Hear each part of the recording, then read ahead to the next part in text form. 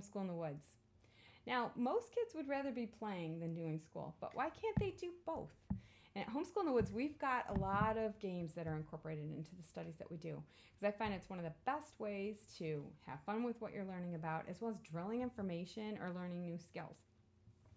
Now, you can go down the aisles of any store, and you'll usually see a lot of technological games, or ones that are good apps for your phone or for your iPad or whatever, but that means screen time. And what we like to do is really have games that are more like board games or card games, where you're going to be also playing with each other as a family, with their friends, and learning as you go and creating memories. There's classic card games that you can do with young and old. For example, most card games often deal with matching things. So if you've got younger kids, you might do matching games with colors, or with numbers, with upper and lowercase letters, animals, or transportation, all kinds of things like that. If you're studying a certain time period, you could have people from that era. Say, for example, it was early American history. You could have George Washington, Ben Franklin, Betsy Ross, things like that. So the kids get to know these people, or events even during those times. Now, in order to do that, you can play Go Fish, so you've already got kind of rules on how to do it. There's also ones that are, here's an example for older kids. Ones where you're taking the person and you're taking information that they were known for. In this case, this is one of the games that we did with our authors.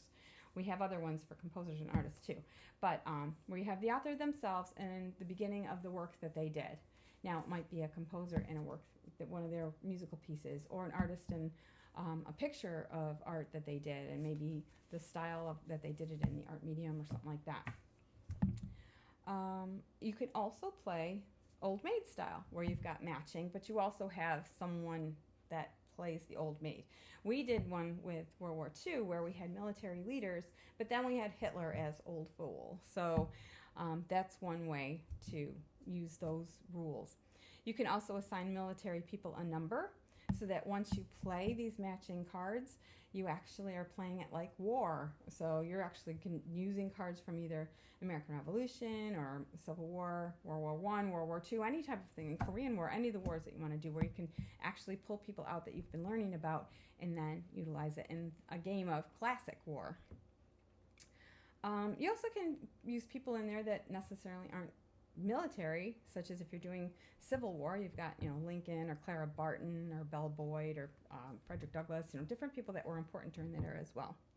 Now, another game that we did play that is kind of card based, but this is one that we have in our American Revolution, and this is called Taxation Frustration. And what this is there are banknotes to print off. Now, these are authentic looking banknotes from the late 1700s. Ones that were used during that time period. And the kids actually get to handle them and look at them and see what the money was like during that time. Now, how you end up playing, though, is there's cards, and one of them will say either you're an English citizen, or the other one will say you're an American colonist. And then there's other cards that have items on them, such as, in this case, we've got oil and tea, and then a tax amount. Now, if you pick the English citizen, you pay the tax amount. But if you pick the American colonist, you're going to double or triple that tax. So, which is why we call it taxation frustration. Whoever loses their money first loses. So, you can see why it brought about a war. But anyway, all right. So another type of game that we do are file folder games. And this is definitely a board game style. Now, for example, all of our time travelers, all of our Project Passport, they all contain at least one file folder game in them. This is the one that goes with our New World Explorers. It's called Merchant Marauder. You basically print off the pages and you put it into a file folder, just a regular old file folder. In this case, what they're doing is they have markers. Each one gets to be a person, and they're going around the board and they're trying to purchase items that go to that particular person, and whether it's a cook or a pirate or a captain or whatever. So as they draw the cards, they have to pay for these items, but they're actually paying for them with doubloons and royales. Now, we have a chart that breaks that all down, because now we're dealing with place value, actually, of a different kind. And don't be surprised when your younger kids really master this stuff. That's what happened a lot in our family. And now that younger son is pursuing being an accountant. So he actually really enjoyed it, being mathematically inclined.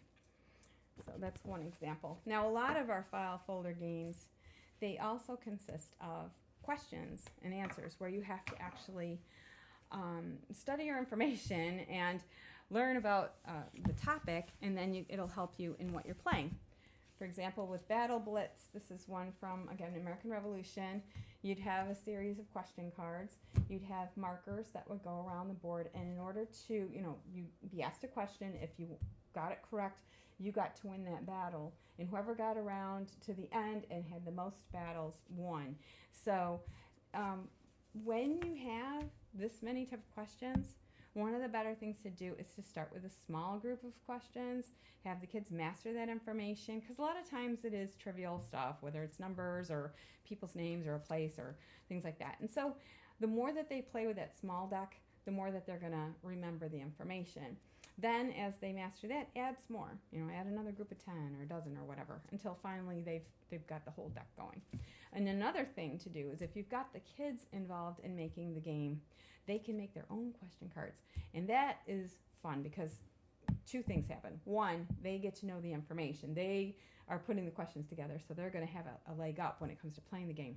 But second of all, they are having to research and get this information boiled down into a question and answer. And what better way to have them learning, because they're going to really, work at it. Every time I've had the kids have to do that, they've always come out with a lot more, remembering the information a lot better. Okay, so there's a couple of games. Now, you may ask, well, these look like older games, and sometimes there's younger ones involved too. This one is called, make sure I'm standing it the right way, Yankee Doodle Dandyland. Yes, we had this one in our Great Empires for actually America, but what the kids end up doing is they've got a marker, and you start off at American Revolution, and you have to follow the pathway to get all the way to the White House. Now, it basically plays where you roll a dice, and depending on the number that you roll, you either move the spaces or you have to draw a card. And like Candyland, you get the card, you're going to read what it is. It's going to help you a little bit with some of the information, and it does go chronologically. Then if you have to go to wherever that image is. So you could be at the beginning of the game and you get a little further down, or you could be toward the end of the game and you have to go back. It plays the same way. But that way young kids who already know the rules to that game will understand it, but they're getting exposed more over and over to some of these people and events and topics and things like that. All right. Now, you can always take the games outdoors too. Chalk up the 13 colonies on your driveway and have the kids do hopscotch with that. We've done also baseball drills where we create a baseball diamond, and I will sit behind home plate with those questions and ask them, and the kids have to answer them, and if they get the answer right, they get to go to the next base. So every time they'd make a home run, they'd get a run, and whoever had the most runs won at that time. But it's just, like I said, just another fun way to kind of incorporate and drill those questions. You can do scavenger hunts for things with young kids, where if it's a letter of the day, they go out and find, if it's the letter R, they go find a rock, or anything that they would find that pertains to that letter, or a number. If you've got, say, the letter 3 for the day, go get 3 crab apples off the tree, or 3 stones out of the driveway, or 3 leaves off the ground. So there's fun ways to have gaming with the kids outside, and the younger ones, the really young ones. Or a beanbag toss. Earning your play. This is one of the key things with a lot of these. By answering questions correctly, you earn a toss with a beanbag, into a you can create holes in a box or something like that. So now another way to do that too, with earning your turn, we used to create felt boards with just, say for example, an apple tree. And if the kids got the answers right with the drill questions, they would go put an apple on the tree. Or a frog leaping across rocks on a river. That was one of the ones, and whoever got across first, won. Or an ice cream cone. We started with a cone, and we had all these layers of ice cream, and with every answer that they got correct, and then of course whipped cream and a cherry on top. So it's just, incorporating different textures and different ways that the kids can feel that they've accomplished something. Now, all of our time travelers and project passports contain games, at least one form of file folder game, often other forms of games as well, including our notebooks too. A lot of times we'll have notebook games. This is called Pirate Panoply. By rolling each piece of the clothing is associated with a number. By rolling a certain number, they get to stick on the piece of clothing, and whoever gets theirs dressed first wins. We also have this with the Seder plate at Passover, with all the different components on a Seder plate. Here's an example of a different game, Nine Men's Morris. This one's, it's either an American Revolution or Colonial Life. Can't exactly remember which one. But what ends up happening, this is an old time game that was played, and the pieces are in the pocket, the instructions are in there, and then the kids can pull it out and play. Now, other types of games to learn are skill games, such as strategy. Now, in this case, from Renaissance and Reformation, we have the history behind the Lewis chessmen. This is one of the oldest chess games ever found. And so you open up the board, and then you actually have game pieces, that markers, so you can actually play actual chess. I mean, and they learn the skills behind that. And maybe if you don't want chess, if they're a little younger and you want to start them out a little easier, how about checkers? By painting your checkerboard onto canvas or drill cloth, this is what a lot of the Civil War soldiers would carry around with them as a form of entertainment. And they would take actual corn cobs, cut them up, stain some of them with coffee, and other ones they would leave plain, and then they would actually just play checkers. And our guys, they used to do this all the time when they would camp out down by the creek and do Civil War reenactments, things like that. They always had their checkerboard with them. Okay, one of the things I also wanted to show you was a game that my younger boys had put together. Now, they're big gamers. I mean, big time. They've been gaming for years and years. And it's called War to End All Wars, and it's based on trench warfare during World War I. They did this to commemorate World War I, being that we recently celebrated the 100-year anniversary of it. So, and it starts with a trench board game base. But it's between French and German, and they all have markers, but most of all, it's understanding a lot of the strategy behind what they were doing. And there's a lot of cards involved, and it's a pretty advanced game. So, but it's a great one if you're looking for something affordable that's going to teach you a bit about trench warfare during World War I as well. So I just wanted to share that one with you because this is a special one. We've gotten such great feedback on it. So anyway, the main thing I just want to share with you this time around is the fact that you can teach and play at the same time, and your kids are going to really retain their information a lot better when they're doing it through games, whether it's card games or board games or motion games. I'll share one more with you. We had a game that we called Minuteman when we were doing American Revolution, and during the day, the kids, they would have a certain amount of outfit that they would put on for American Revolution. Like I said, it was maybe tube socks that went over their pants, a vest over their shirt, some type of a hat, and some type of an accoutrement like a horn or a gun or something like that.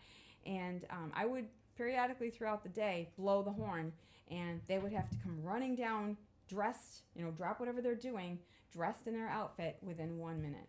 Now, at the end of the day, it was funny because we were sitting at the dinner table, and it was the end of the school day, and I pulled the horn out from under my seat and blew it, and they had to drop their forks and run upstairs and get changed, and they're coming down laughing, hopping, trying to get their socks on, all this kind of stuff. So, but it was a lot of fun. It really gave them an opportunity to discuss what the Minutemen had to do and why they were called what they were. So, and they remember that to this day, even well into their 20s. So it goes to show you, you can learn and play at the same time.